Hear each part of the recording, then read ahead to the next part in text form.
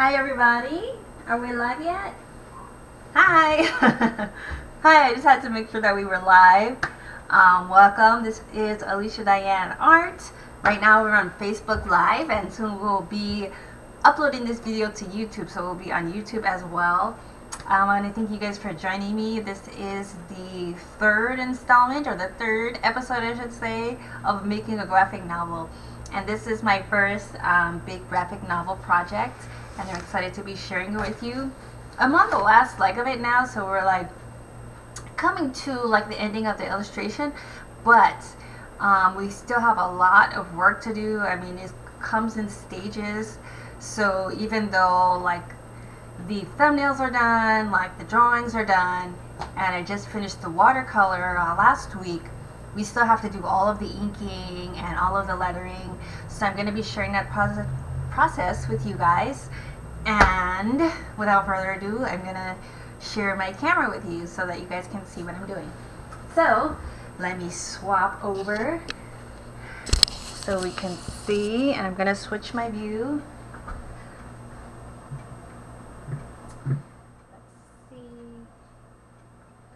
It will take me a second just to make sure that it's all aligned and looking good. So just bear with me for a moment. This is the opening page. Let's see. Make sure that you guys can see. That's all happening. That looks pretty good. Make sure that you guys can see this. Okay, it looks like you guys can see it. I'm gonna fill up my water, and we're gonna get started in just a second. Kind of close the window, but I hope that you guys are having a great week. My week is going pretty good. I have been.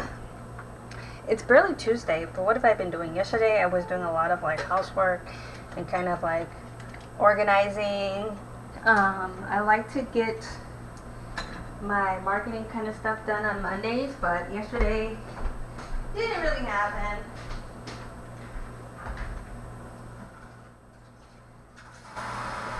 But regardless, I started working on this on these pages yesterday, because even though that they're done, the time that I've worked on these is so spaced out that some of them do need some touching up, and so that's what I'm starting on, and that's what I kind of started doing yesterday, was kind of touching up these pages.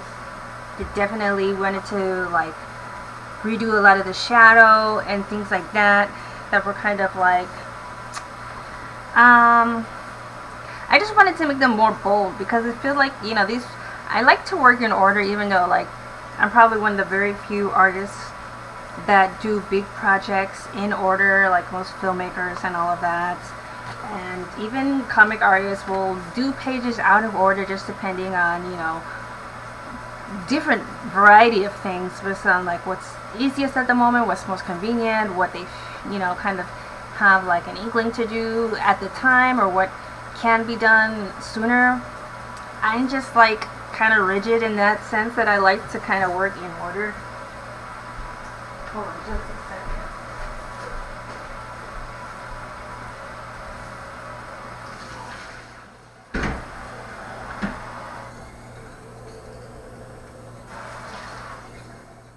And I'm just filling up my water jugs right now so that we have something to work with. Because like I said before, I am touching up like all of my watercolor.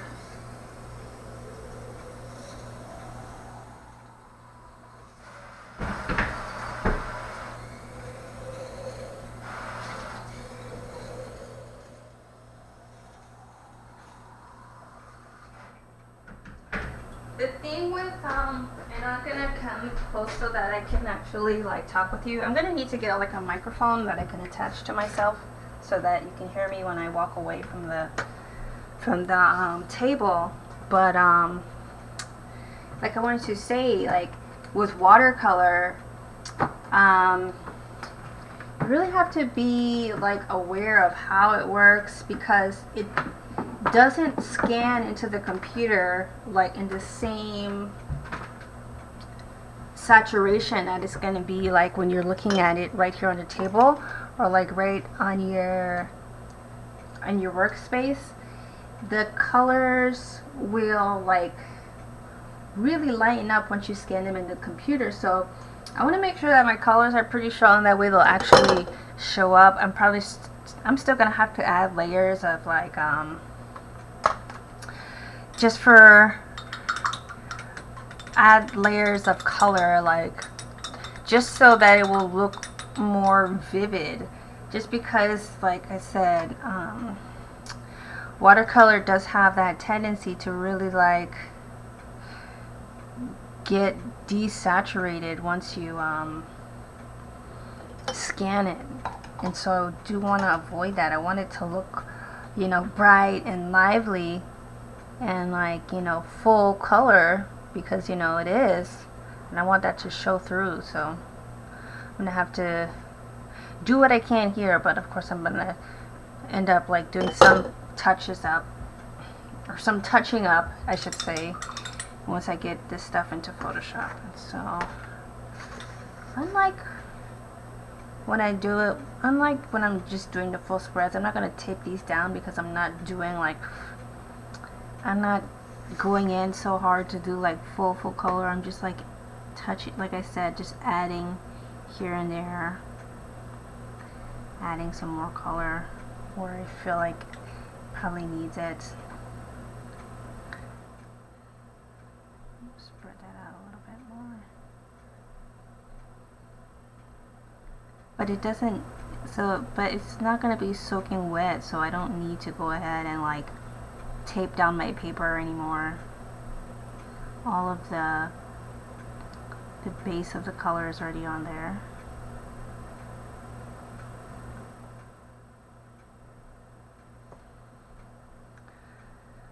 So that's good. Also, I wanted to go ahead and grab some of the previous ones that I did in the first round, because I've done this, like I said, a few times, because I was still trying to figure out like how I wanted to do it.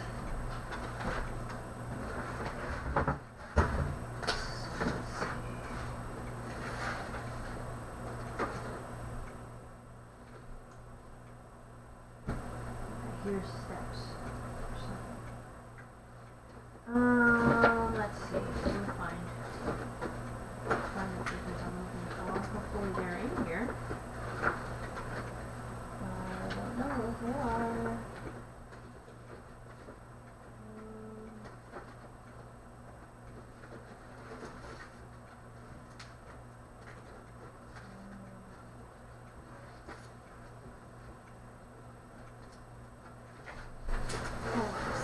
I don't see my pages. That's not good. Hold on. Where are they?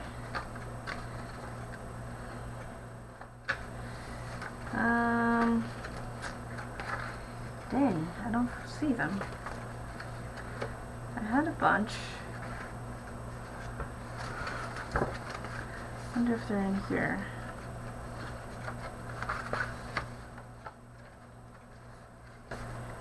I don't see my original pages. Oh well, I mean, we can work without them. I was just hoping that I still had them. They must be somewhere, but I'm not sure where I put them. I had like, dang, where are they? I don't even know where they went. Dang.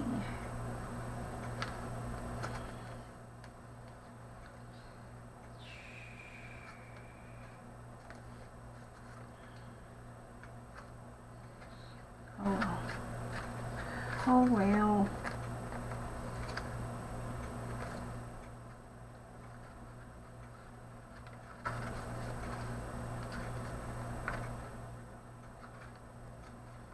Alright, well, I can't so much as just sit and look for my old pages all day long. So, let's just go ahead and go. Alright, let me see. What else do I want to add to this?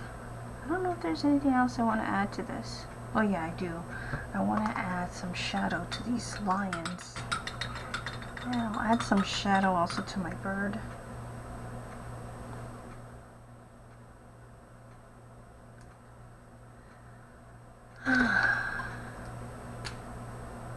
Why am I so dramatic? What is with that dramatic side? That's like how my mom sighs. Alright, anyway, moving right along. What are we going to be discussing today? I should have stuff to talk about. I gotta figure out my life. I gotta get my life together. I really got to get my life together. Something cool just happened, and I guess I should talk about it. I was interviewed just recently by this organization called Child Fund International. I'm not sure if you guys have heard of them before, but I support them. I'm not in partnership or anything like that with them, but I support their charity and actually give to them.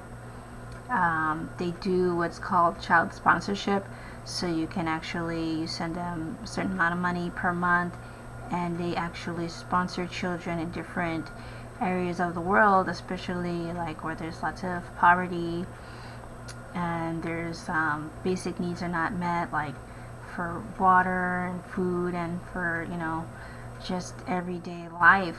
And so I found this organization because I was looking for something like that. I was looking for something that was supporting children and something that I could contribute to. And I was specifically looking for some place that I could in Kenya, because my book, this book, Jaydi's Story, is in a fictional town, but it's largely based on a town in Kenya. So basically, it's like a fictional version of Kenya. So anyway, I wanted my book to have like a purpose. And so I thought that I would, with this story, you know, do my best to bring some awareness into some important issues, but also like to give back with any earnings that I received from it from this project back to actual, like, you know, real life children that need it. And so anyway, I found this organization and I've been giving to them, but I think they really like noticed when I started to do like my little like birthday charities. You know, like Facebook will have these things where you can pick organization, and it's like your friends can give you a gift by contributing to the organization of your choice. So for the past 2 years, I've been choosing Child Fund because I like them, and you know, they're a company that I believe in, that I've looked up. You know, I think I was talking about it before, how you can look up companies on the website give.org, and you know, you can actually see like where the funds are going, like how much they're actually contributing to the cause that they say they're giving to. And so for this particular company, they're giving lots, you know, so you know, it's like over 80% of the donations that they receive go to the actual cause, and that's a big amount for, you know, such a very big company. A lot of them, you know, are only giving like 50% and less in some cases. So anyway, I like the company, and I guess they noticed me somehow, and they decided they wanted to interview me for the Member Appreciation Month, which is in June. And I was like, what? Like, surprised, really surprised, because, you know, I never like did it to like get noticed by them or anything like that. I just was like sort of surprised. I know they must have they must have like donors that are like, you know, millionaires that are able to contribute like, you know, way more than I ever could. So I was just kind of surprised, but in a good way. I was like, hey, that's pretty nice that they've reached out to me, and you know, they want to just kind of say thank you. And I thought that was pretty cool. So anyway, they're going to let me know more about the article, and I guess send me a draft of it before it's published, is what I'm been told. So if I get a link to that, I will share it in whatever my latest video is. But I just wanted to share that because I never like had something like that happen with me, and I just thought it was pretty cool, and I wanted to share with all of you folks what was going on with that. I think I began talking about it last week, but I just don't think that I finished in any capacity talking about, you know, exactly what was going on there with that whole thing. And trying to go over this without like destroying it, hopefully improving it, not making it, you know, less appealing in any way. I wanna be careful not to mess this up.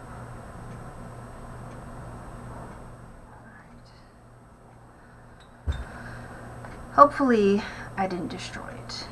Just, the watercolor is still sensitive and touchy. Like if you overdo it, it will, like the paper will get messed up, everything will just like kaput. So I gotta be careful about what I'm doing here, making sure that I don't, you know, sort of ruin it.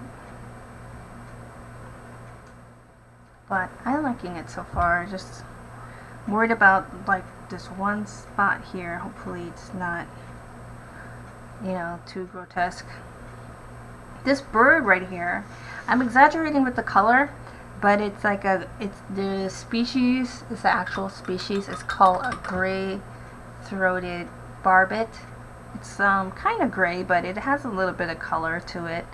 But I wanted to exaggerate the color that it has, just for the sake of making a pleasing image. It's like the different colors of the dawn are kind of showing up on this bird.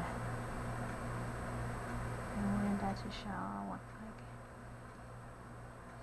sort of a pretty sharp shadow to show on the bird.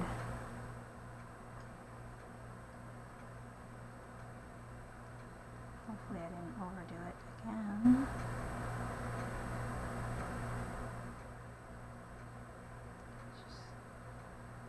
I'm very nervous about going over these papers. I am pretty nervous about that, I'm not gonna lie. I just don't want to mess it up. I was already a little bit nervous to begin with, but now it's like, I don't know. Now it feels like there's more at stake, especially because it's not taped down.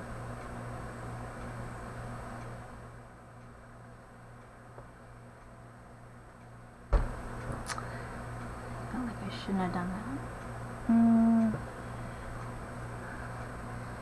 Alright. Am I done?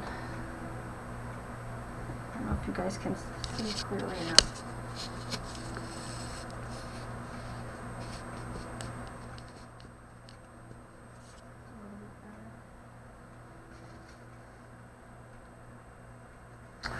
Alright, well that's drying. I'm gonna go back on this page.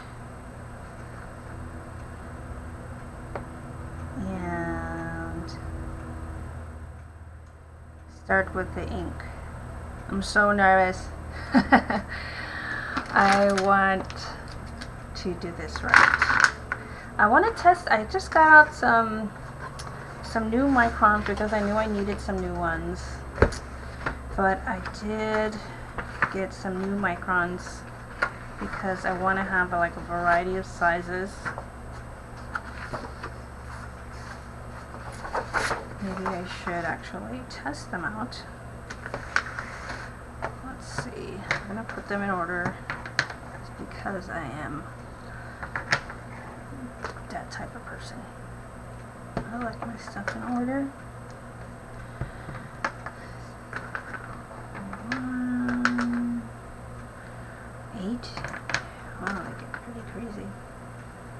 5 and 2. Alright, so I'm just going to on my little book here just write down what sizes they are. Oh, this one's really tiny. Don't want to mess it up. Alright, so this one is micron 005.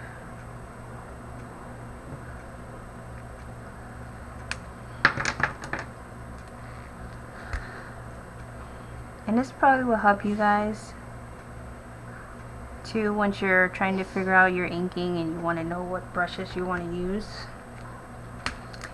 Just testing them out like this will help you to pick. This one I'm probably going to use a lot. This one looks like a good size. Micron 02. I will probably only use that 05 one. 005 one. I will definitely be using it, but probably for just like the really small panels with little tiny details, that will probably be just about all I use it for. Micron 03. And you see they just get bigger and bigger.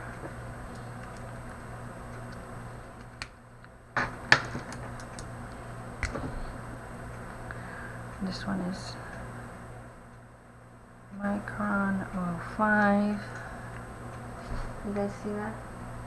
You see how like they go from like these tiny details to just getting bigger and bigger? This one's pretty thick. Micron 08.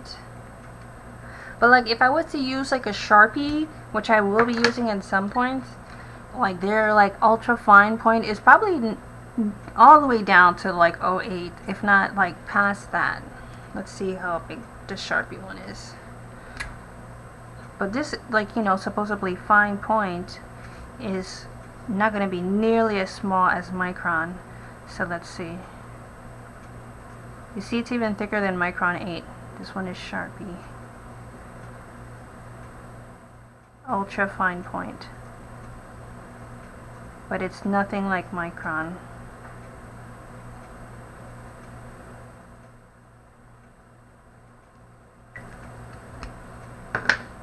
This one is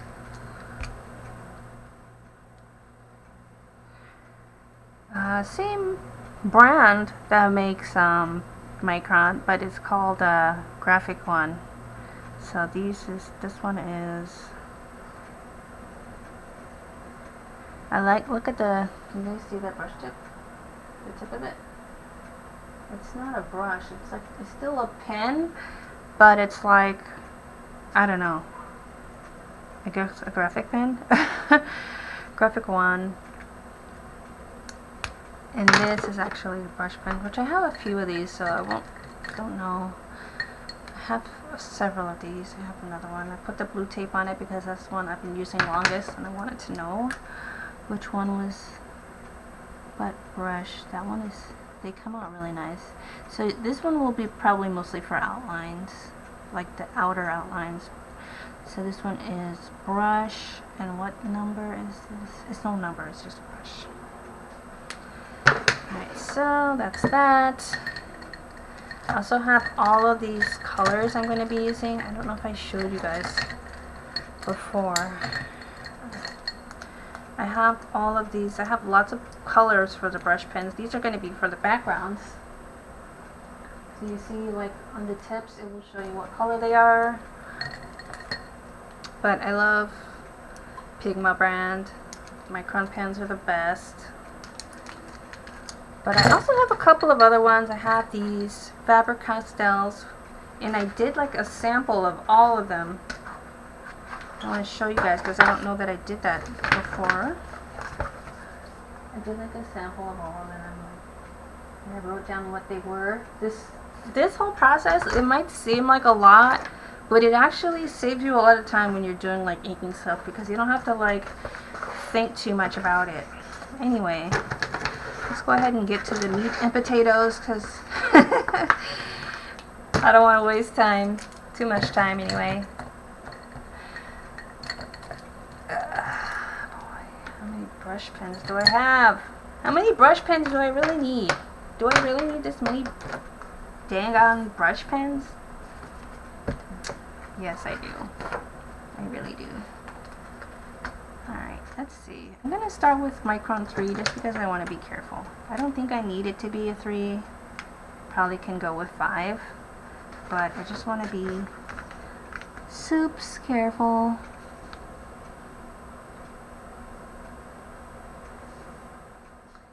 But I can just start with some of the outlining stuff.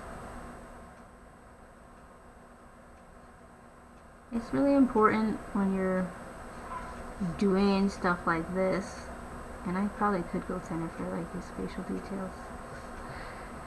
I think it's really important that like you're not just kind of tracing, you're thinking about like your brush strokes and all that, because you do want to make sure that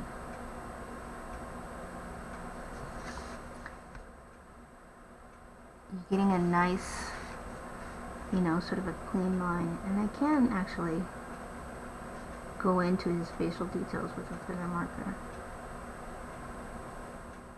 But I wanted to start somewhere kind of thin, but like relatively in the middle, just to give me an idea. So let's see, what's 03, so 02. Let's see how that looks.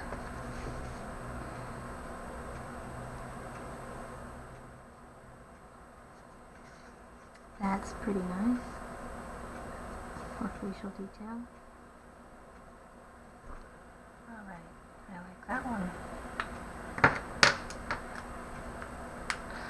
I will be like switching pens here and there.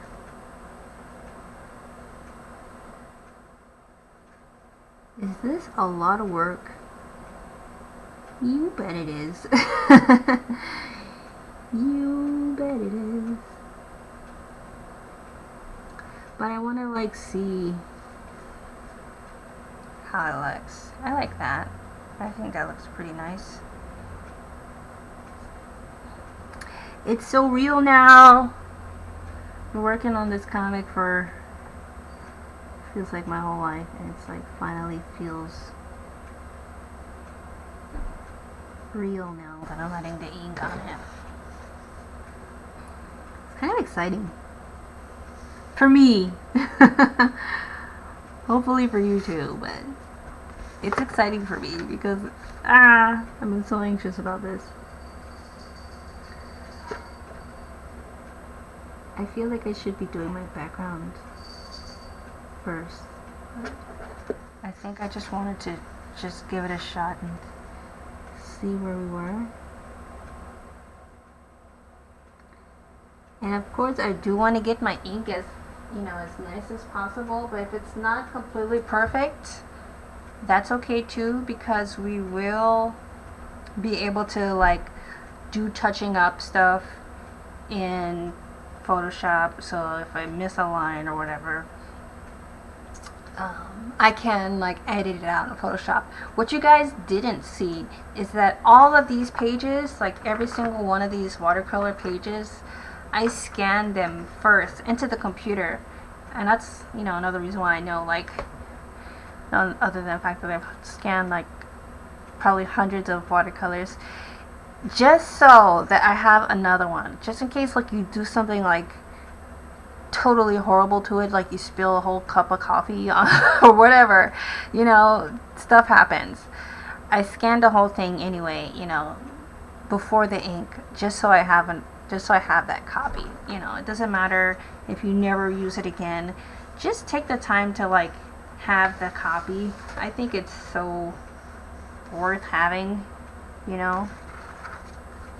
I don't know, maybe it's just me being paranoid, but I just don't want to take the chance of destroying my paper and not having another copy of it and having to do the whole watercolor all over again, because I am not about to do that. And the good thing about having it loose while you're doing this stage is just to be able to like flip it around. Like, it's not the same as like doing the watercolor painting, you know. Then I don't necessarily feel like I need to flip it around or whatever. But in this stage, you're gonna be flipping it all over the place, you know. I will be.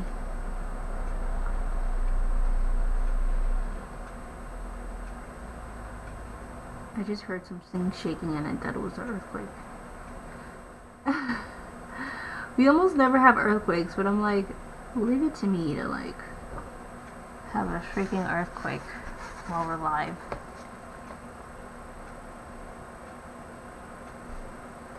I was actually nervous for like half a second there. But you do want to take your time and be mindful that ink will smudge. It's wet, it stays wet for a couple seconds, you know, even like a minute or two right after you just put it on. So I wouldn't want to like brush my hand or my finger like right over a spot where I just finished inking. That's part of the reason why I'm doing this foreground first, because I don't want to smudge if I go back over the background right now. I'm just trying to be really careful. So that's even like, that's like way harder to get out. If like I have a misstep, it'd be a lot harder to take out a whole smudge than like just a little error in the line.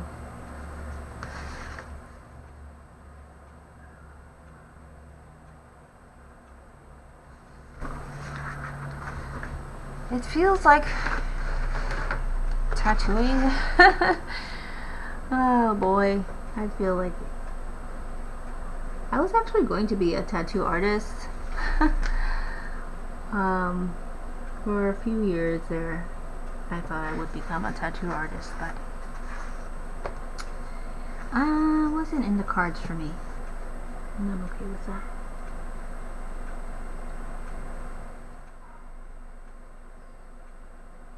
Alright, so now I feel like I can go a little bit thicker with some of these lines. Let's see if I can find, that was 3, if I could find 5. I think 5 would be good for some of this.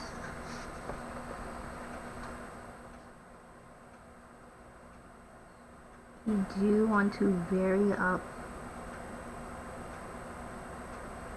the thickness a bit. It's just kind of boring if it's all the same thickness.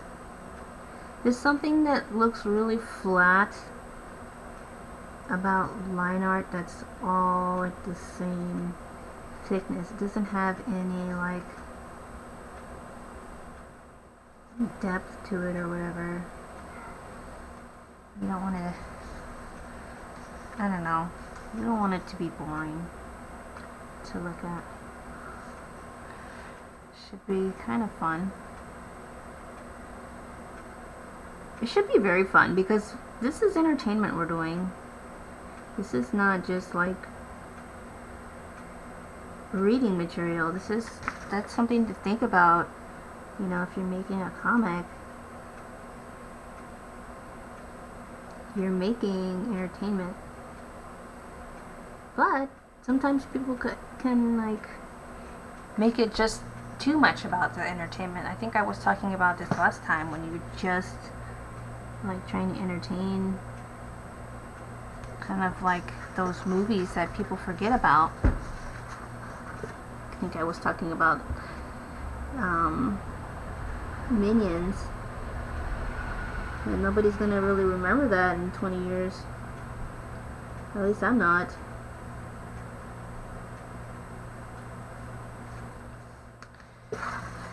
And I don't know if people remember my comic, but I I certainly hope so, and I want to make something hopefully that is memorable.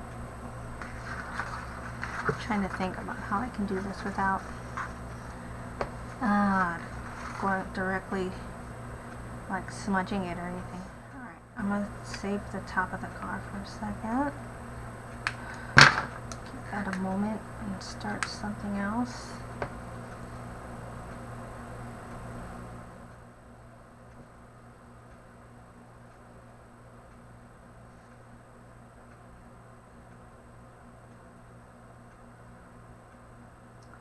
Let's see. What is your goal as an artist? What are you trying to accomplish? Hopefully it's something, right? Hopefully you guys want to accomplish something in your work.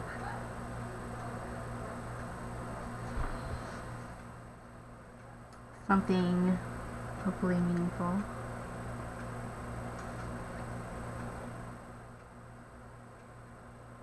What's meaningful for you? That looks pretty nice.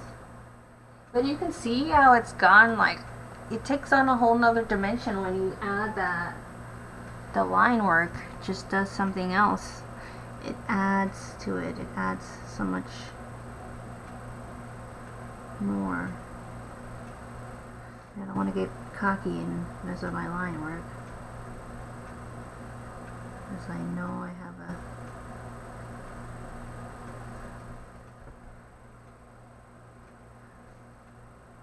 there's this like mosquito that's flying around in my story, not in real life, in my story. And let's see, he's like buzzing around, and I have these little like action lines around him.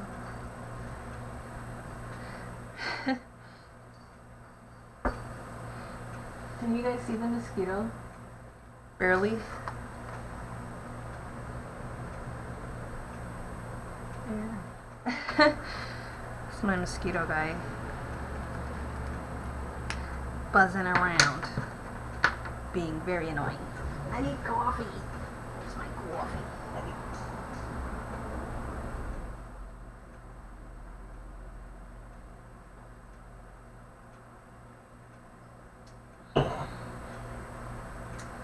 Ooh, it got chilly.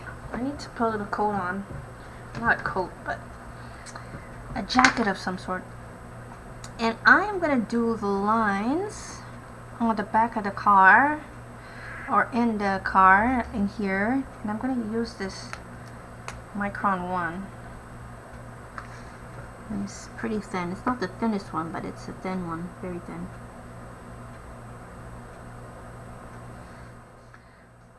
Get in this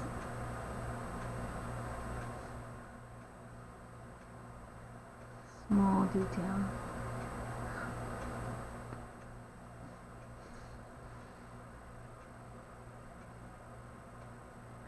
I was thinking about the era of like this comic, like when does this all take place? And I was thinking to myself, when does this take place? And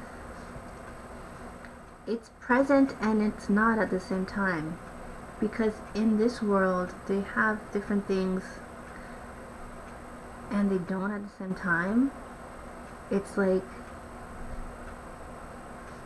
for instance, there's no cell phones in this world that I created, and that's kind of too what I wanted it to be like.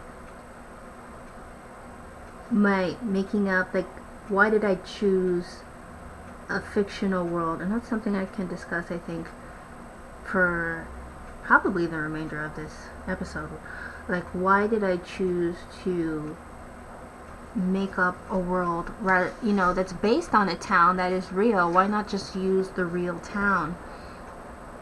And to be honest, for my own creative freedom, I wanted to create certain things the way that I wanted to create them, without worrying about whether or not it was accurate in the real world, and kind of to create things without like the prejudgment of what they're already known as. Like, for instance, religion is a big part of the story I'm telling, but the religions that are depicted in the story are not real religions. They are based off of religions that are real, but they're not actually, in fact, real religions.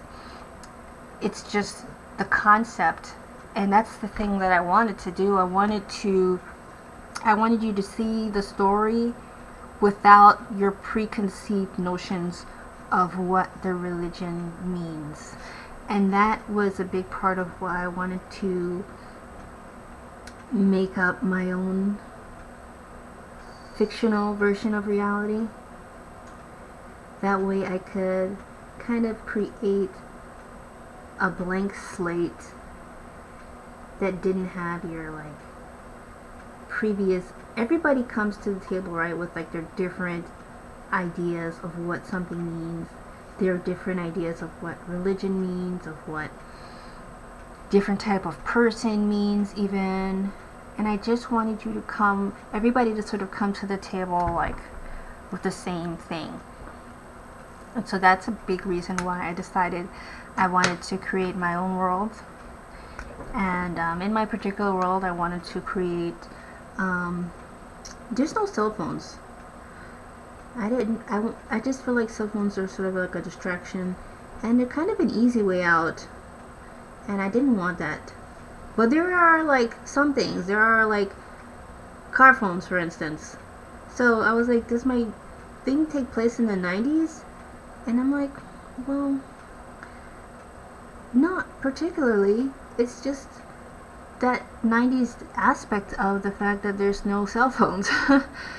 So that was one thing I was trying to figure out, like, well, when is my time? So it's now, but it's not at the same time. It's now, but it's any time, really. It's just a particular space. Like in this particular world, it's not that maybe there's no cell phones anywhere, but in this region there's no cell phones. And I like the idea that I was able to like not have them be in the picture, because like I've been thinking, like, all of the movies that I really like, the stories I really like, they don't have the distraction of a cell phone. Even like TV shows that I really like, it's like cell phones kind of make real life boring in a way. Like, I don't want to be without my cell phone. And I'm sure you don't want to be without yours, but I mean, there's a reason why even on reality shows people get their cell phones taken away. It's because when you have your cell phone, you're not prone to do much, explore much outside of that. Like, you just turn to your phone for every easy solution, and I wanted to take away the easiness of having a cell phone. So there's that, with the idea of also removing turn that fan off, it's starting to get cold. I wanted to take away the easiness of the cell phones. I wanted to take away like the preconceived notions of religion. Anything else that I wanted to take away? There must be other things. Also have, I left something in the car. Oh shoot. I'm gonna have to go grab it. Because I want to do these trees, but I don't want to do them in the obvious green color. I wanted to do them actually in blue, because they're so far in the distance. And I wanted to make sure that you can see that they are in the distance. Saku. What is Saku? This is talking.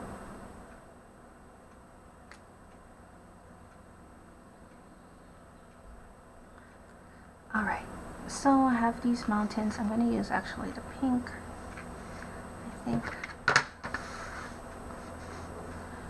Let's see.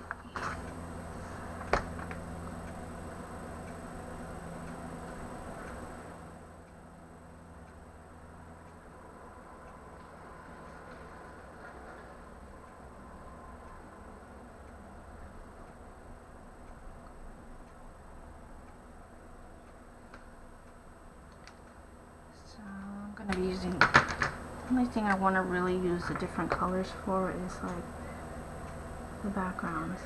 So I want it to look like, I want the background to be a little bit more painterly. That was another reason why I wanted to do this in watercolor to begin with. So I wanted to give the background another element of sort of realness.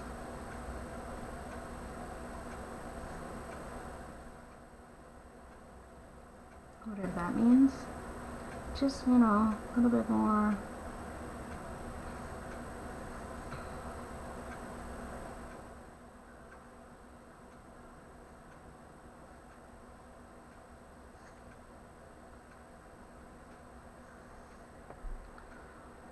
This green, deeper green area is what's known by the people who live in the area as the bush. So any place where it's like deep, thick forest in this comic is called the bush by the people, and soon by these visitors they're also gonna come to know this regions as the bush. Basically means just any place where there's this thick brush area.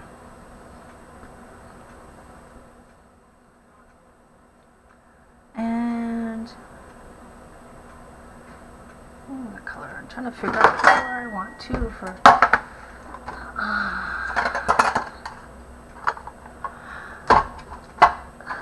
this color looks nice. I think I should use this for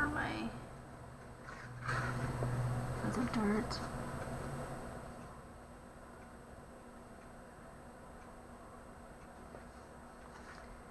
And then this pen is a little bit thick.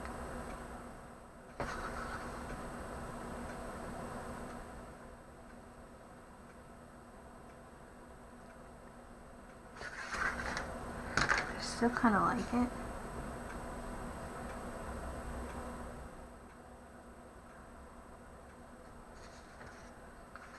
Kind of nice. It's kind of pretty.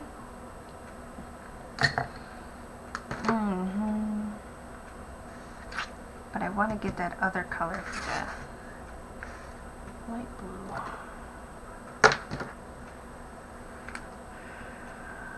Probably should use I also have to figure out when I'm going to need to use a ruler. Definitely be needing a ruler several times throughout this process.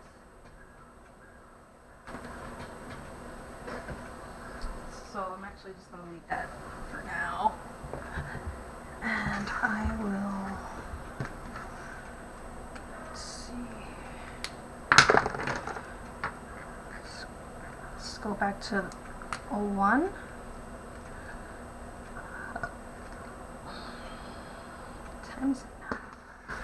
Time goes so quickly.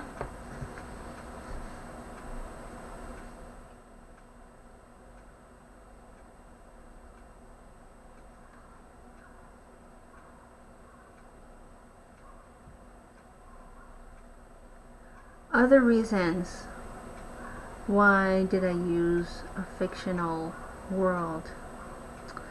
I don't know. I think basically I can sum it up with saying I want like the creative freedom, and the other reasons I told you guys already. But also, so it's not so much like, I don't know, it just gives you a little bit more room for error even. Like, it doesn't have to be exact. You can kind of have a little bit more room to like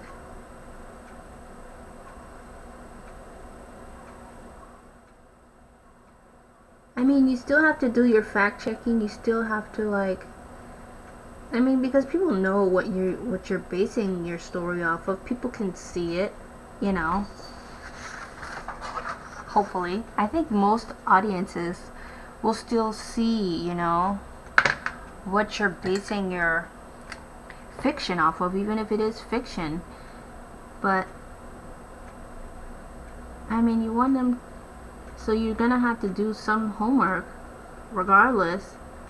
But hopefully, you know, if you give yourself a little bit of room, you can kind of play with it a bit, you know? Because we are telling, you know, stories here. We don't want to, like, we're not writing history books, we're telling stories. But even still, you know, I feel like I need to go even thinner. I'm gonna try with the 0.5 because I don't want to, his facial details, I just want to get them a little bit more.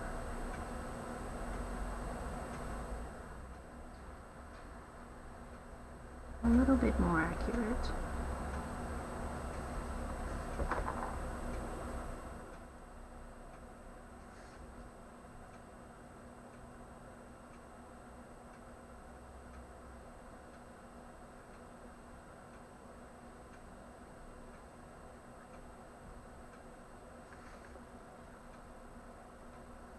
One thing I would tell you, I didn't realize at first, was to not put the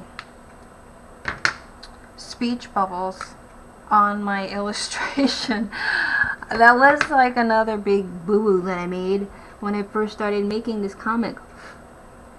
I put like all of my speech bubbles right on the illustration, like without, you know, the text, just thinking I'll just fill it in.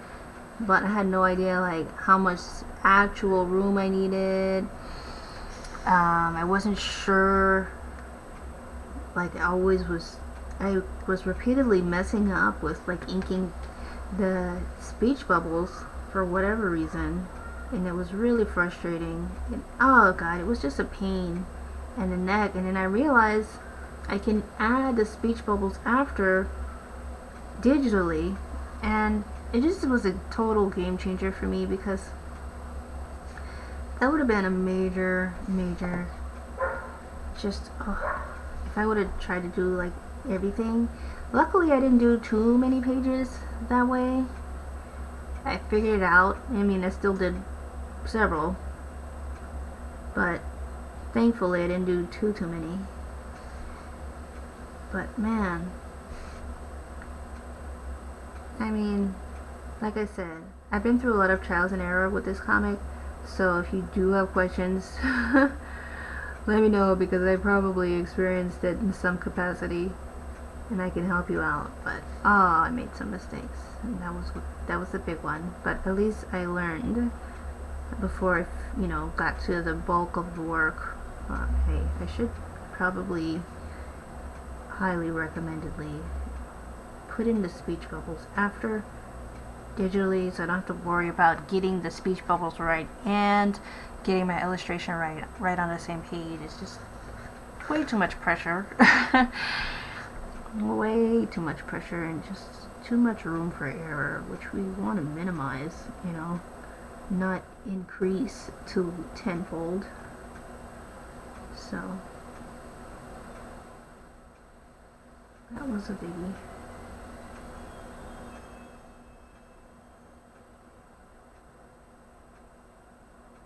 But I am really excited to be at this stage, even though I still have a long way to go. I'm still very excited to be at this phase. It's like a whole nother, you know, part for me. And I don't know, it feels good to finish one stage. I kind of celebrated. My celebration isn't really anything to write home about. I just spent like the afternoon playing video games. That was my idea of celebrating. Taking a break to play Stardew Valley. That was my break. And then I gotta go back to work.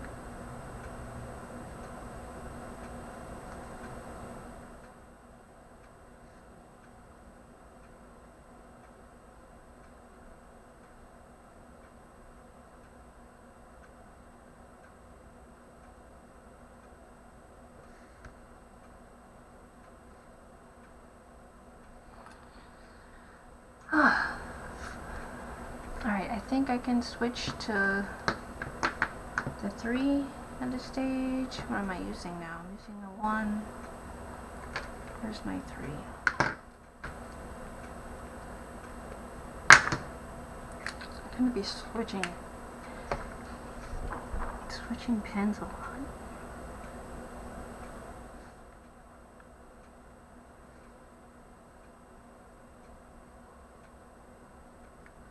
I'm gonna do this a lot too, just like trying to get that nice thin ending, so I start thicker and then I quickly finish the line to get that nice like thinner point. Well, let's see, let's talk about something else. The whole conversation about world building, that went a lot quicker than I expected. That's what happens to me too sometimes when I have a topic that I want to, like, okay, I have a topic for today, and then I talk about it and I'm finished in 5 minutes and I'm like, what am I supposed to talk about for the next 2 hours? I don't know why I always, like, either I don't have a topic and I feel bad, but then when I do have a topic I always finish talking about it so quickly that it kind of didn't even matter. That's why usually I don't bother with a topic, I think, because I was like, I don't know if it even matters if I have one or not. I'm going to be done talking about it so quickly. Alright, well, what else can I go over? My mom just sent me a video, probably of the dogs. That's what I'm assuming. She sends me daily videos just about of her dog, because I love her dog so much. His name is Harry and he's a sweetheart. And I am going to be getting my own dog soon. I don't know if I talked to you guys about it. I'm pretty sure I did. I had to, because I'm really excited about it. I should be talking about our art careers, because it's an ever-lasting subject on my mind. It's constantly on my mind, and I don't have anyone else to talk to about it. I tried to talk to my therapist about it, and I have a really awesome therapist. I love my therapist. It's the first time I had a male therapist, actually, and it's, I don't know, some people are like, ooh, therapy, yuck, that's for crazy people. But to be honest, not having a therapist is for crazy people. And I learned that the hard way. No, honestly, I think that having someone to talk to is really good for your mind, your every part of you, your soul. It's just a good thing to have, you know. I think it keeps all of us sane. I would recommend it for anybody.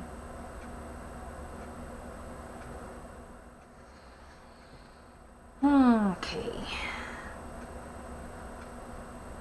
But anyway, yeah, I was talking to my therapist about like the career thing, and I let him know, you know, I feel, and like I'm reminded too when I talk to him, like, man, I think I still am like a little bit what's the word, butthurt about my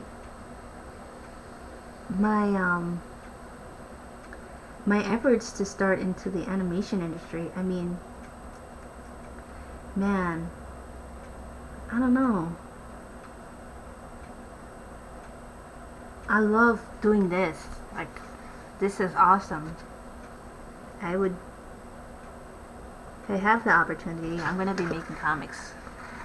Probably for the rest of my life.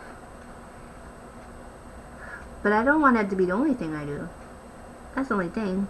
I want to have multiple things going on. I want this to be one of the things I do. Not the only thing I do. And maybe that's just me, but I don't know. I've only had these nails on for a month. I think I'm gonna take them off. It's kind of annoying, especially with the inking. I'm stabbing my own hand. You see? I might just take them off. They're so expensive.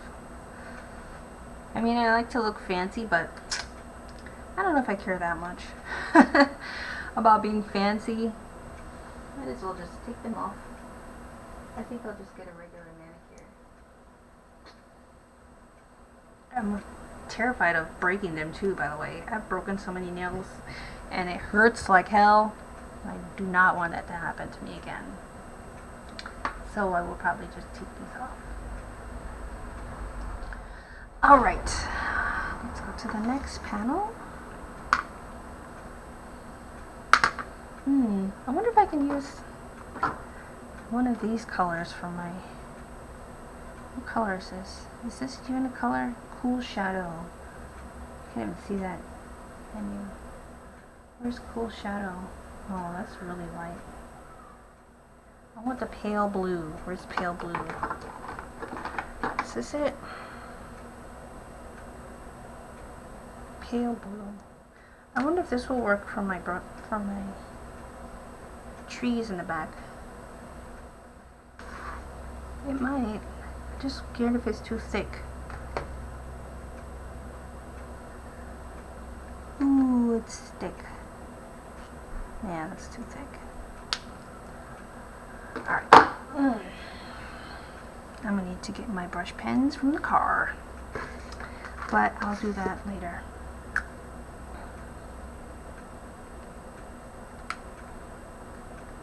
For now,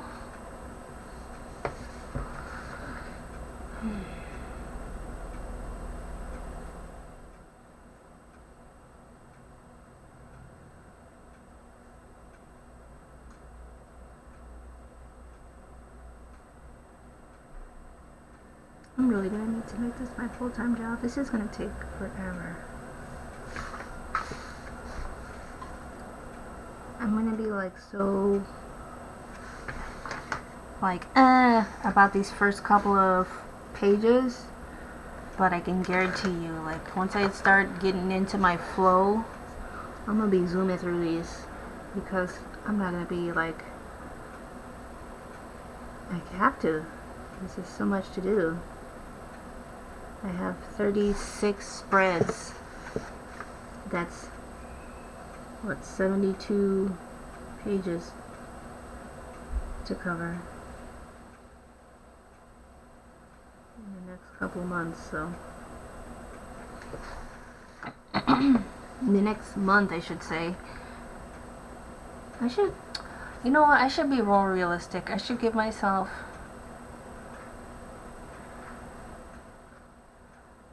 how many should I do a day? If I did one a day, how long would that take me? 72 days, 5, 10, 15, 20,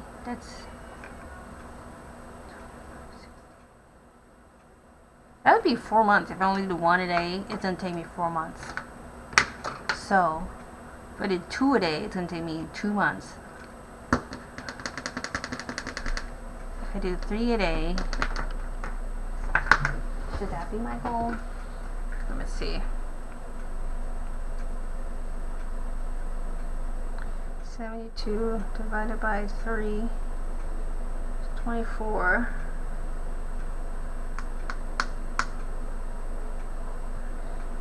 That's 5 weeks. 5, 10, 15, 20, 25. If I do 3 a day, 5 days a week. Alright, so 3 weeks a day, 5 days a week.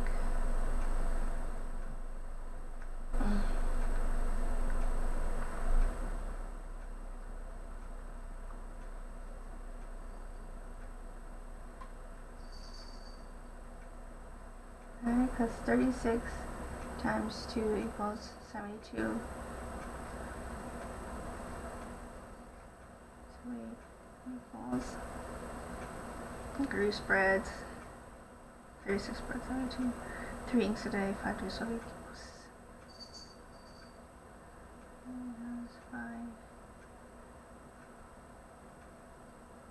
times 5. Okay. So that's 5 weeks from today. Okay, so 5 weeks from today, I want to be done with my inks. That will be 1, 2. Let's see. Today's the 18th. 1, 2, 3, 4, 5. So that will be the 22nd. June 22nd. Alright, that's my goal. I said it out loud, and I said it on camera, and I said it live. My goal to finish these inks is June 22nd. So I gotta do 3 day. 3 day, and then I can chill a little bit in the day.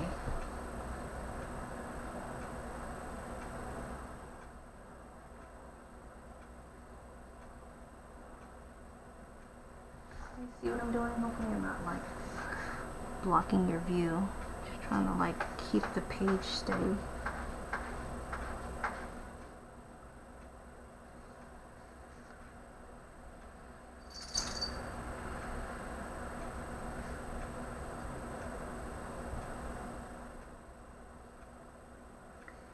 Maybe I should play some music, but I don't want to get sued for copyright.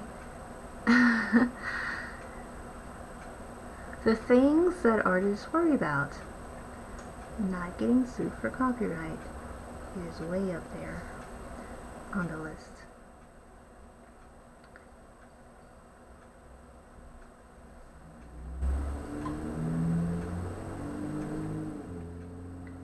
Copyrights are a huge deal if you're an artist. That's like everything. That's the thing I'm wondering about, like these ETFs that everyone's talking about now. Isn't that just selling your, is that just selling your copyright to digital art? Because if that's the case, we've been doing that for a long time. That is not new. As far as I know, we've been doing that for years. I don't know why it's like a new thing. I don't understand like the difference. Maybe somebody smart can explain it to me, because I don't get it.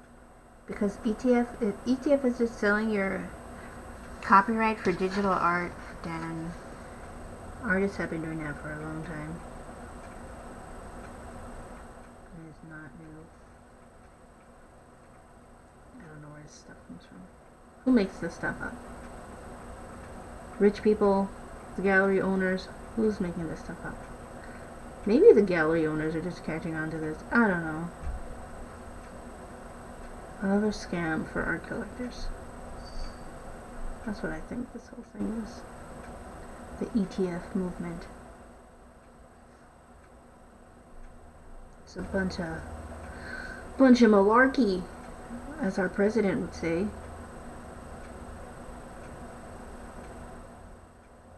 I need like a theme song or something, don't I?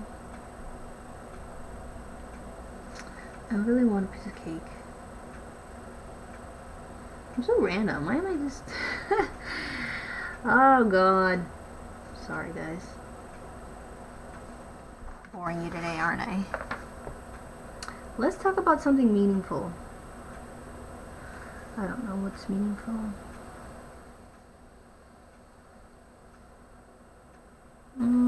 I need like a co-host or something. Who would like to be my co-host?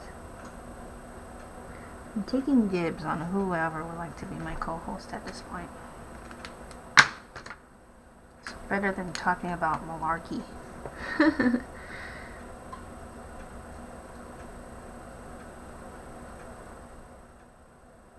This one is the thin. I think I'm using the 005.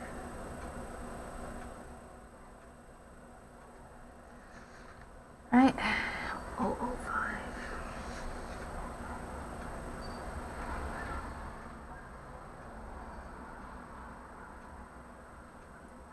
One thing that it took me a long time to notice was I was putting my eye shine this little bubble right there, I was putting them on the wrong side. I used to just put them on random sides. I just thought it was like a cool thing, you know, that all the Disney cartoons have, is this little white shine in the eye. But I didn't realize it's supposed to be on the side. It's the light, and I think we all kind of know that, like, inherently, but I didn't realize you're supposed to put it on the same side that the light source is coming from. It just never occurred to me that it's coming from the light source, even though I knew it was the light shine. I just thought, you know, your eye is gonna shine, I guess. Anyway, I started putting it on the side of the light source whenever I can remember. Sometimes I still put it randomly on either side.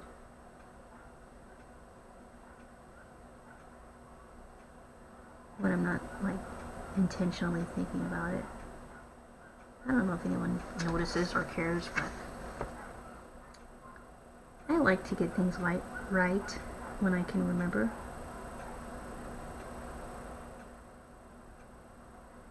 If I can remember. Oh, this guy right here. I guess I'm not even talking about the characters. This is my friend Solomon. Solomon's a nice guy. He is the director of The Missionaries. And this book, they're called Serve Questers. They go on these things called serve quests. It's basically like they have to serve. It's on a quest to serve. I know, really obvious, but that's what it's called in my story. He is the serve quest director, and he is, you know, leading this group. And this is his first trip to the town. The town is called Kawiria. And he is, you know, kind of like any tourist, their first time in a new place, getting attacked by mosquitoes. That's one of the first things you notice, you know. If you're a tourist in like a new tropical place, like, you're gonna get swarmed probably by the mosquitoes. It's like one of those things. This is gonna happen. You know, I don't think people realize the realness of mosquitoes. It can be pretty bad.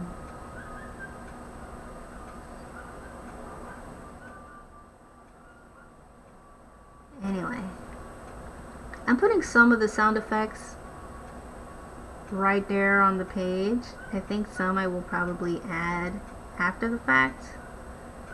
But unlike the word bubbles, I'm not totally leaving them out.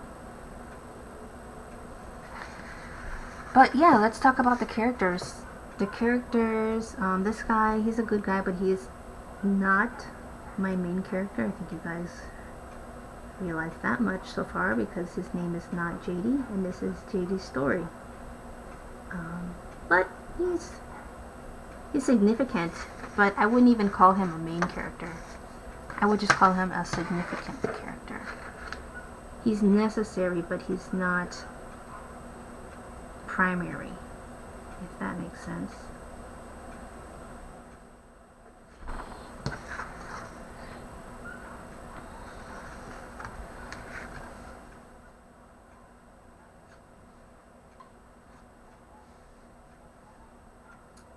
I want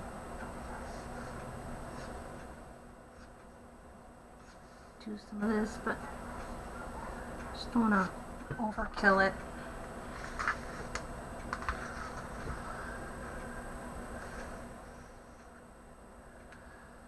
I actually thought about doing these lines on a separate, it's my mom. I gotta call you back, Mom. I'm live streaming. Now I forgot what I was gonna say. Forgot what I was gonna say. Completely forgot what I was gonna say. I hate when that happens. I like completely just boop right on my head. Dang it. Oh well. Oh well, let's move on. Perhaps it'll come back to me. Was I talking about Solomon? Anyway, his name is Solomon, and I don't remember what I was going to say because I was interrupted. Oh boy. Alright, let's see. I'm going to go back to my very thin marker. And I'm using this brown color for his eyebrows because he's a blonde and I don't want to give him, I think black eyebrows would be a little bit too much for his fair complexion.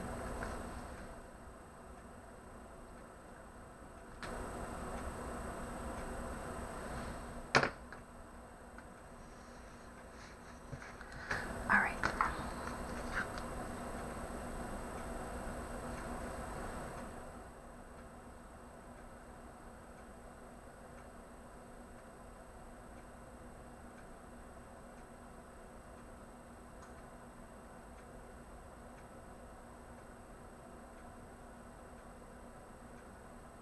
I do have to be fairly careful when I'm doing the tiny details.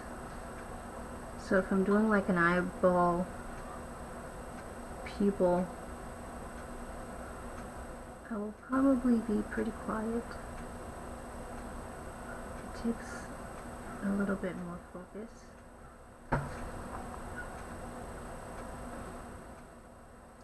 It's like drawing a straight line too. A little bit more focus.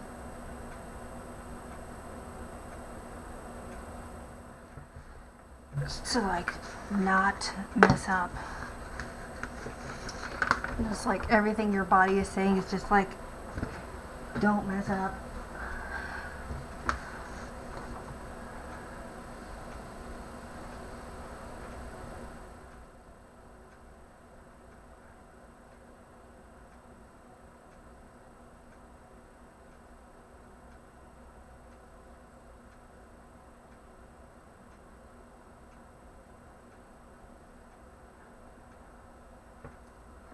That's another reason why we have to kind of do these, not have to, but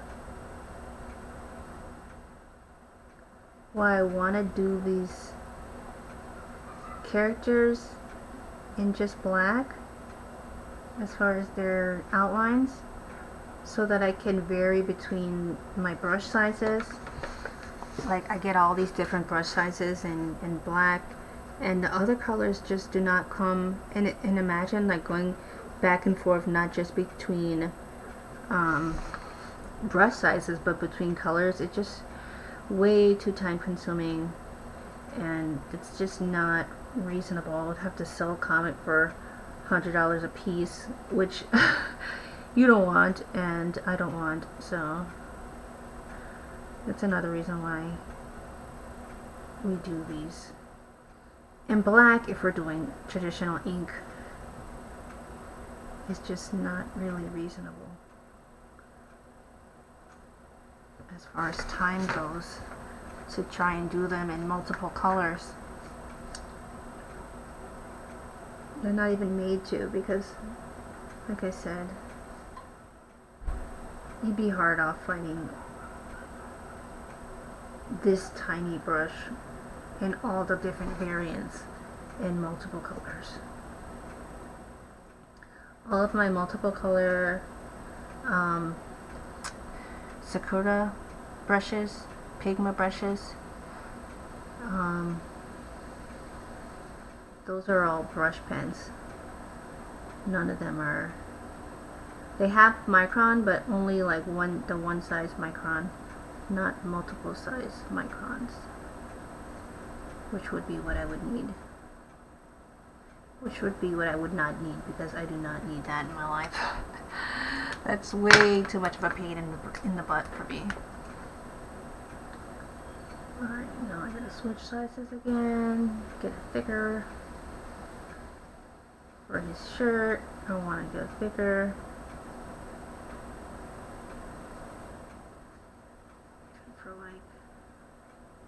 Some little things like the outside of his hair. Can't put the sticker on.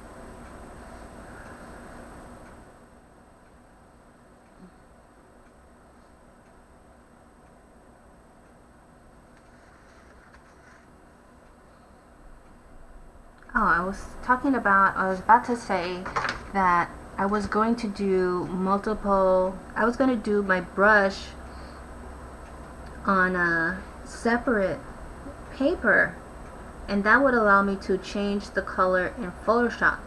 And I was thinking about doing it that way.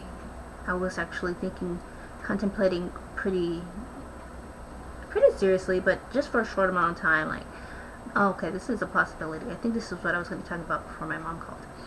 Anyway, I was going to think about that, and I thought about it, and I'm just like, that would be nice because I can really easily then just layer on the extra layer of ink in Photoshop onto my already scanned watercolor papers, and then just, you know, since the ink would be on a separate layer, then even though it's a traditional medium, I would still have my ink on a separate layer that would allow me to change the color of the ink fairly easily. And that's when you do see artists that, you know, have ink but different color, because when it's just black, you can change it pretty easily in Photoshop. But I thought, I want each of these pages to be a piece of art in themselves, and I wouldn't, if I did it that way, I wouldn't have these individual pages as a piece of art in themselves. You know, they'd all be kind of basically unfinished. They'd all be without the line art. You know, only they would have that very transparent layer that I did just for the purpose of knowing where to go over them. And I was thinking about it, and that's not really what I wanted. I wanted to have these, you know, for them to be frameable, like in themselves, to be like frameable art in themselves, even though they're part of a book, but they're still like artwork.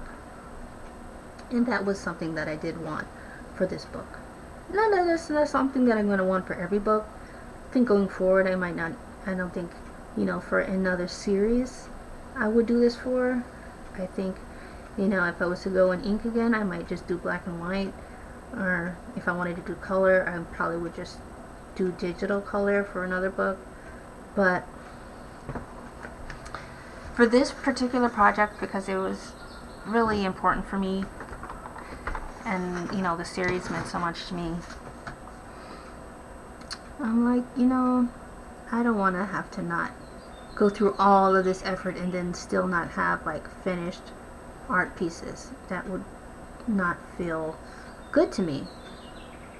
So I'm like, you know what, I'm just going to go ahead and like, because they're beautiful to look at, you know. I've done, not to like pat myself on the back or whatever, but they're nice. Like, it's not just mine, but they just, having comic spreads that are fully finished are pretty nice. And so I just wanted to have that option, you know, especially if I wanted to like sell them later, like have a show of just my spreads. And I know that different comic artists do that. They sell like the individual spreads once their whole book is done. And I wanted to have that option, you know. You know, we're doing this, you know, to tell stories, but this is also our career, you know. We have to feed our families, you know. So I just wanted to have that option. And so,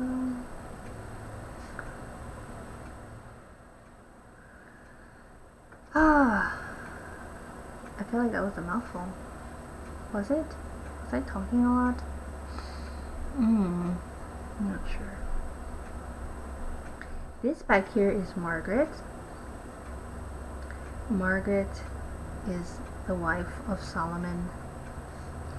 She's sitting in the back, not because she's a woman, like some misogynist man might say in his home right now, but because she told Solomon to sit in the front because she wanted to sit in the back so she could have a better view of the animals, which were going to be primarily on this side. So she's in the back so she can have a look at all of the sights to see on their ride. She's definitely not a backseat woman, as you will see very soon. She's got a lot of spunk. She's very sassy. She's fun. But you know, she has her flaws too. She's not like the most educated woman. She's smart, but not the most educated woman as far as world issues. And I think she represents for me a lot of well-intentioned people who are in missions who might not be, you know, educated as far as global issues. And people who I wanted to talk to in this book, that represents one group of the people who I wanted to talk to. Even though there are several. She represents one group. And through her, you know, you get to learn a little bit. If you're open-minded enough to learn. You know. If you're humble enough to learn. And hopefully, you know, I'm also humble enough to learn, because I know that, like, I've been educating myself as long as I've been making this book, but I still have a ton of stuff to learn. So hopefully I'll learn more as I go.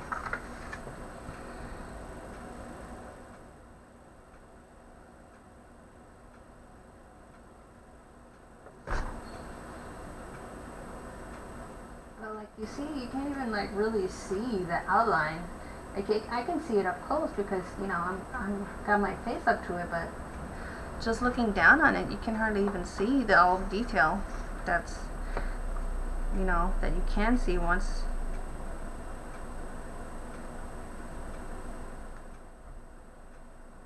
Oh wow.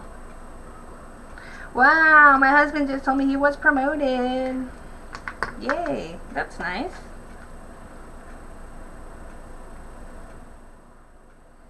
What?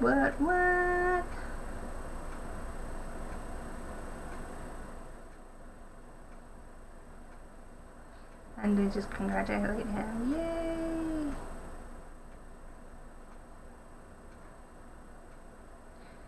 I'm excited for him. He loves his job.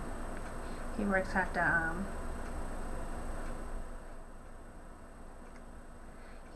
the Academy Museum of Motion Pictures. So that's nice. That's cool. Really cool. Oh. Just got good news live on air. This is so stupid.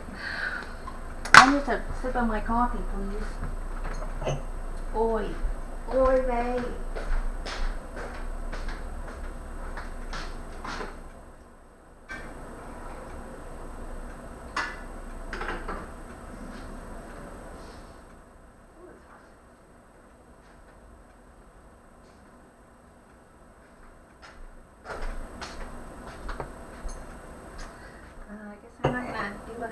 Just yet, because I gotta let it cool down. Oh no, my hands got wet. I don't want to touch my page. No, my hands wet.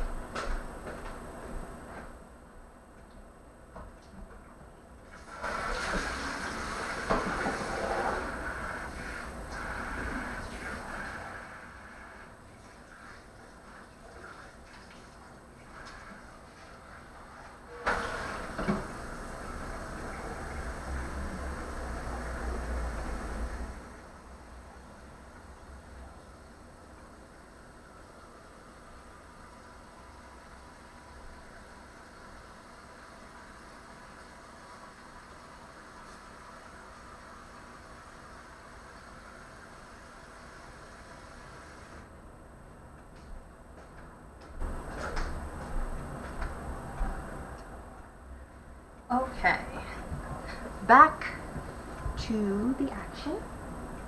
let's see. Where was I? I need the thin micron. Okay. Hopefully my hands are dry enough.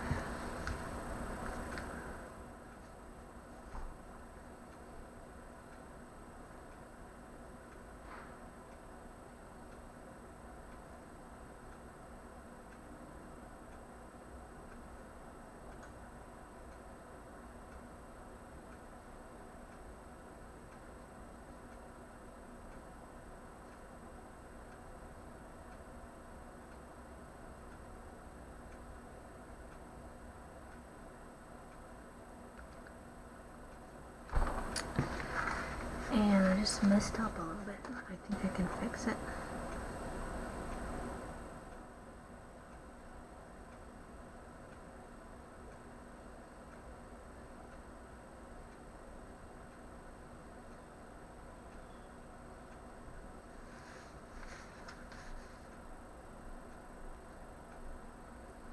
And this guy right here, smiling, is kind of nameless. He doesn't have an official name.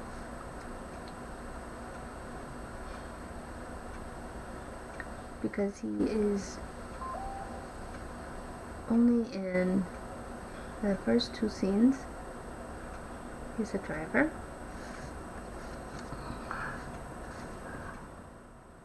And he is Solomon's driver right now.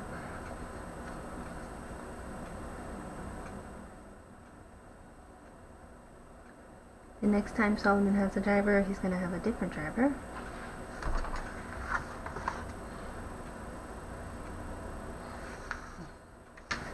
So that's why he's sort of nameless at the moment. But maybe I'll give him a name just because. Because why not?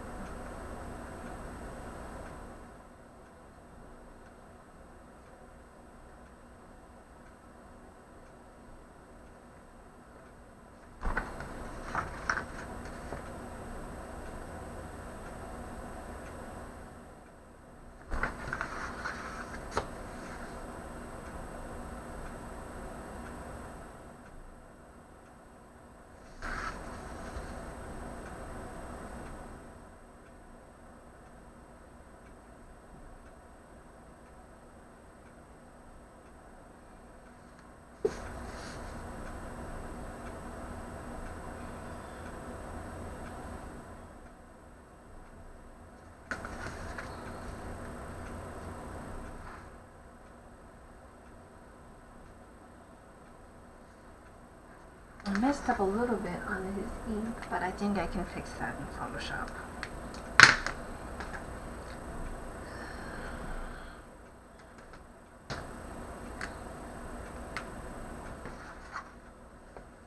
Shouldn't be too big of an issue.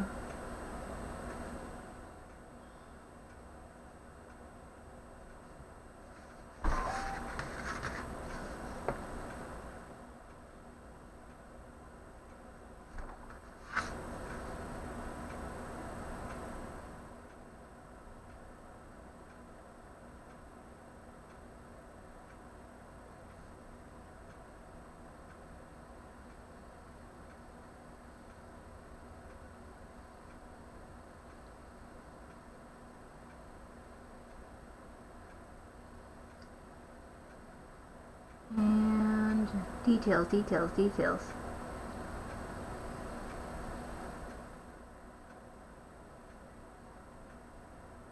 So details take focus, but I'm determined to keep you entertained, even however slightly. However slightly entertained, at least a little bit.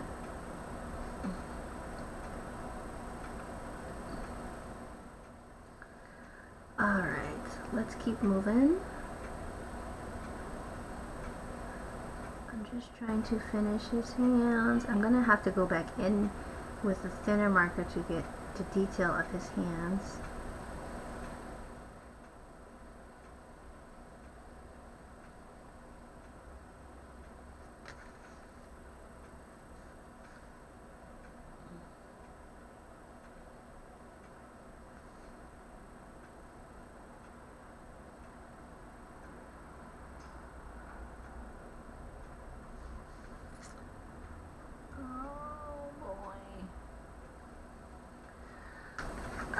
jacked up the line. Let's see. See the best angle to do this.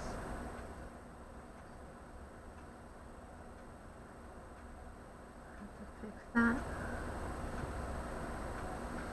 Now that I think about it, it's not a huge deal if I skip up on a line or two because I can fix it in Photoshop.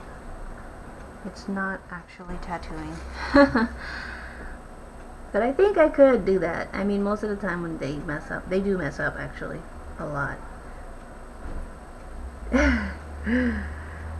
Not to call out tattoo artists, but I know the trick that they use when they mess up.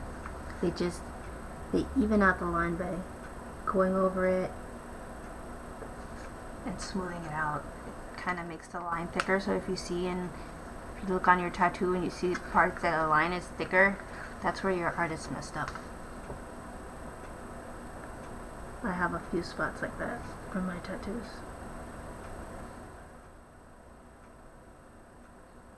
And I see them on other people's.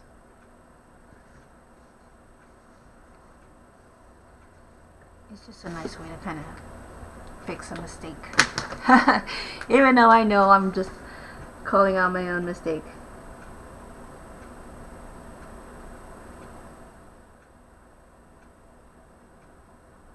But it's okay. Because we can fix them.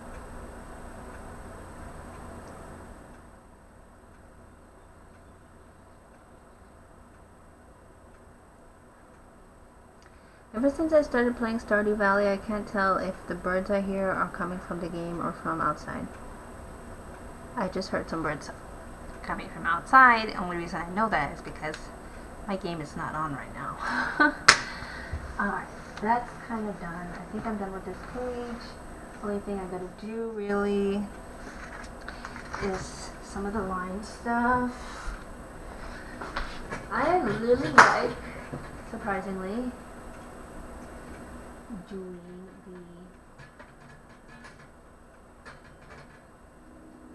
the outline. I think it's fun. I think it's a fun.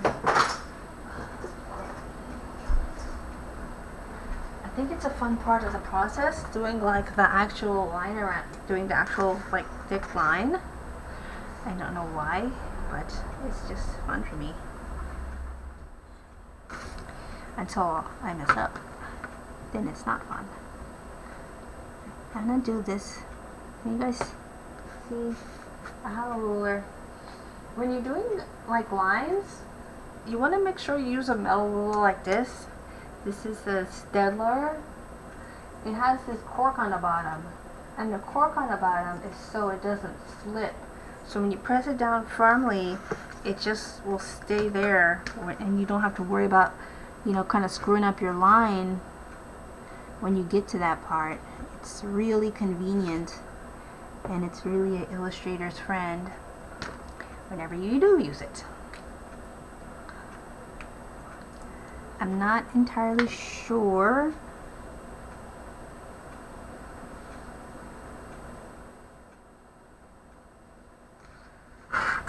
which, you see, I've got a little nice purple binder thanks to my nice trustworthy ruler. Those plastic rulers can slip all over the place on you. You don't want to use it for doing your line work on your comic.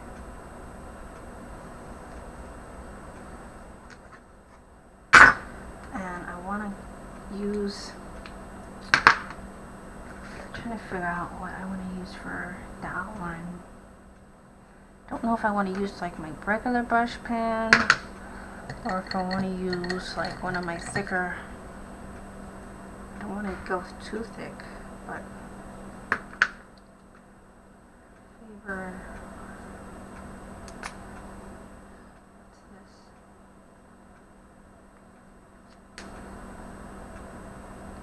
What's this? This is a SB Faber Cast.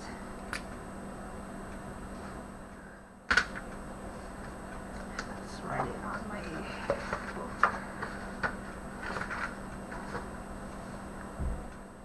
Faber Castell.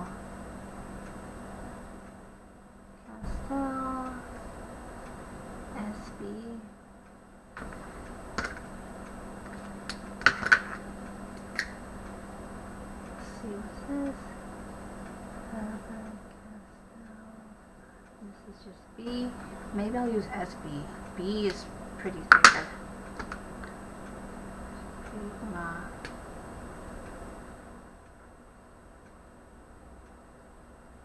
Sakura.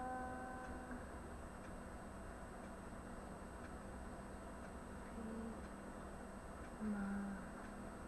Oh, that one. This one is, I think I'll use the Faber-Castell SB. I think that one was gonna be what I'm gonna try.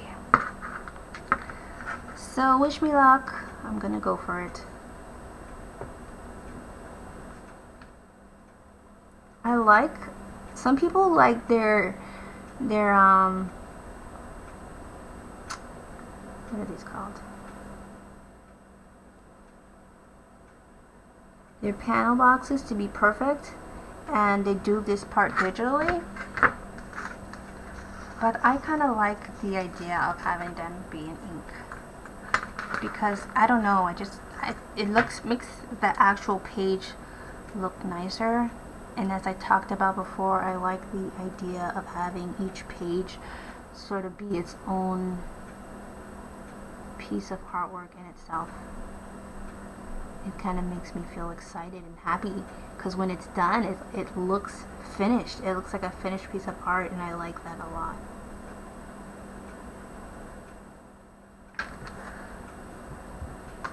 It's exciting to see it, like, it's becoming a real finished comic. I don't know, that's exciting to me. But you do have to watch. On here you'll get, like, I would recommend wiping it off every time, because it does leave like the little residue.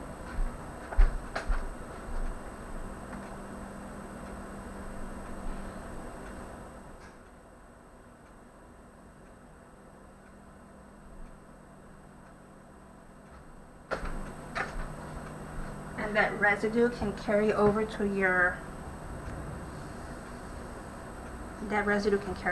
so you want to wipe it off. I'm using like a regular rag to just, let me see, can you see? So I'm using a rag to just wipe off the marker edge of the ruler so it doesn't spread when I go to the next side. Because I noticed that did happen when last time. I know it's like a tedious process. I know. It's just what it is. It's either like you can complain about it or you can just get it done. I'd rather just get it done.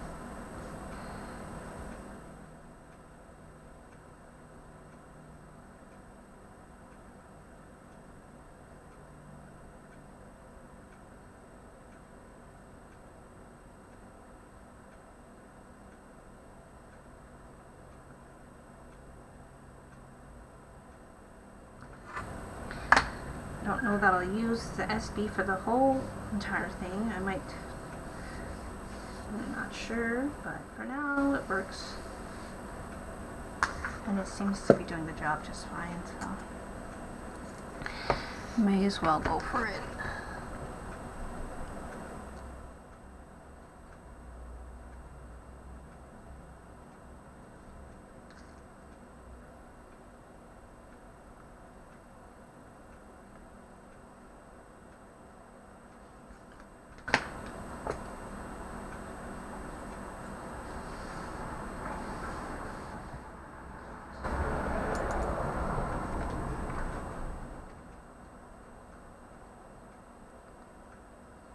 Do you want to be careful each time?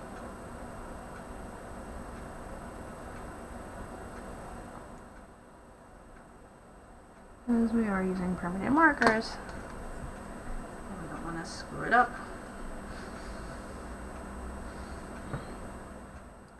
So every time I put it down, I want to be careful.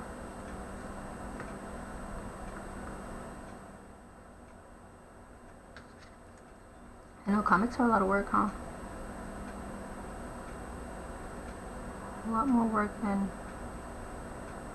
you'd think if you weren't thinking about it.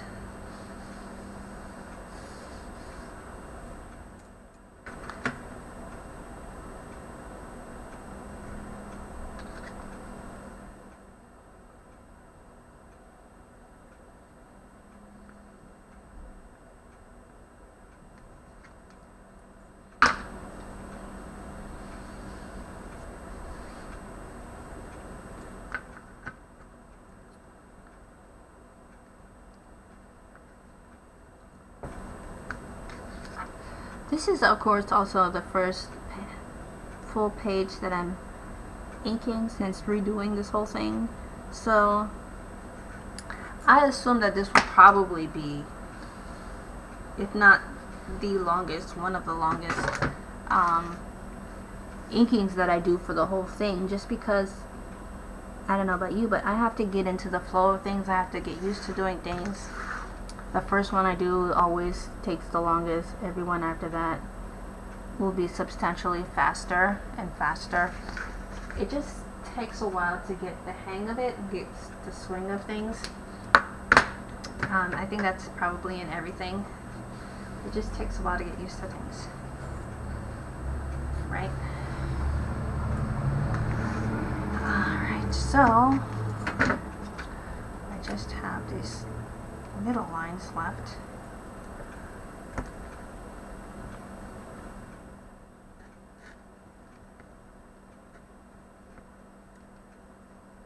And I want to be careful to get it as accurate as I can.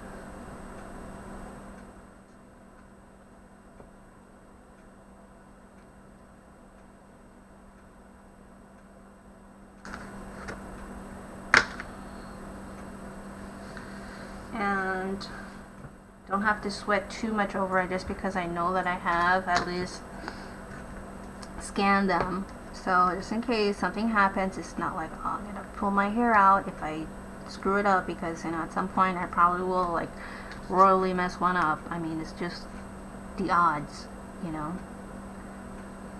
But hopefully none of them will be too screwed up, and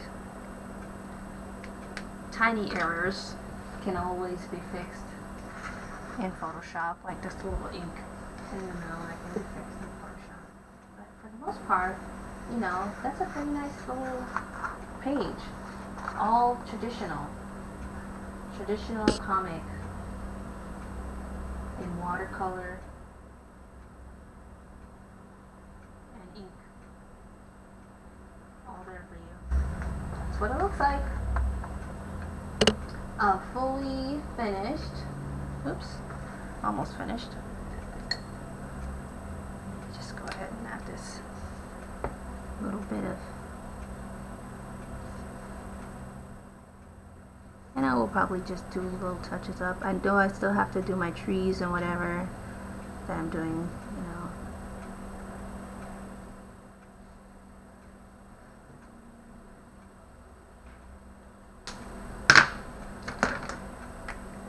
All of my trees and stuff that I'm doing with my other brush pen that I left in the car. Little stuff like that will take like less than 30 seconds to do. I will still do. And I'll do my little window lines with that blue also, that very light pale blue. But other than that, it's finished. And I'm going to have to just do that 70 more times. And you know, that's pretty easy, right? 70 more of these and I'll be done with the ink. And then I have to do the lettering. Oh my gosh, that's my life. Let's switch so you can see me. Alright guys, well, I just want to say thank you for joining me for this third installment of making a graphic novel, Jaydi's story. It was a lot of fun working with you all. You guys see my process. You see what my page looks like. I'm going to be doing that other page today.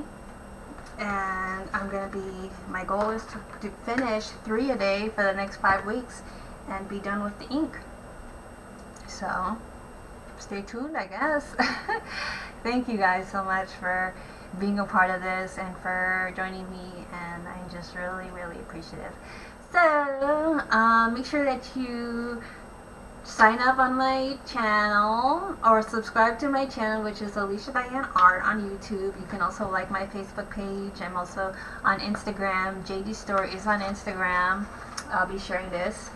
And thank you guys so much. I really appreciate you for joining me, and I will see you very soon. But until we meet again, be grateful, live balanced, and be yourself. And remember, if you are in the Los Angeles area, my meetup group, Cartoon Arts Center, is live now. And so we will be meeting tomorrow at Los Angeles Zoo, so you can sign up if you want to join us to draw. And I'll see you guys next time. Take care.